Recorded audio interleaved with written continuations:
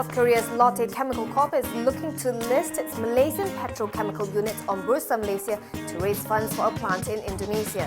According to its draft prospectus, 83.4% of the proceeds will go to Lotte Chemical Titan's 100-hectare integrated petrochemical facility in Merak, in the Banten province in Java.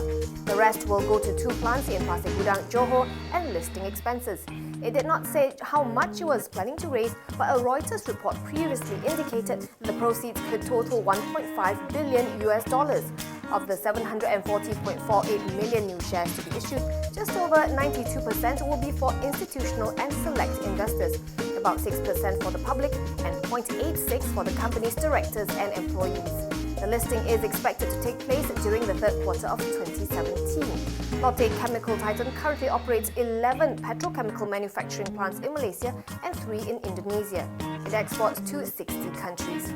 For FY16, its net profit stood at 1.3 billion ringgit, more than double the previous years, on lower cost of goods sold. Revenue was down a marginal 0.1% to 8.1 billion.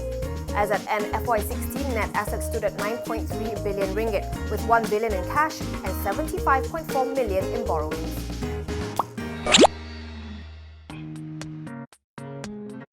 AirAsia will be operating charter and private unscheduled business jet operations with the setting up of AirAsia Corporate Charter.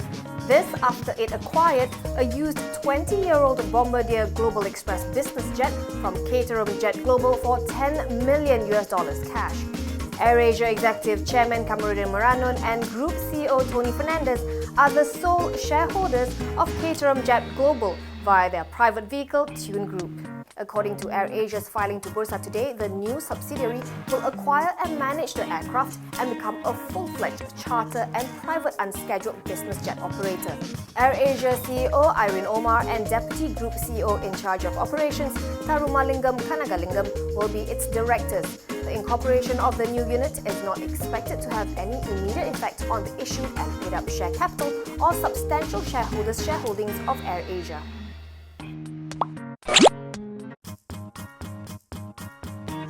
AMMB Holdings is expecting loans growth to inch up in FY17 amid the riskier operating environment.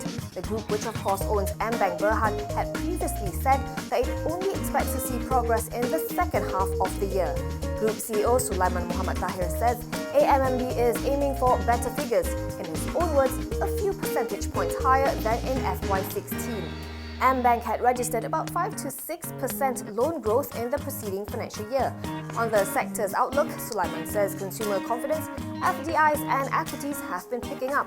But it's still too early to say if banking will excel this year, though there are a couple of concerns including a glut in office and retail spaces and the quieter oil and gas scene.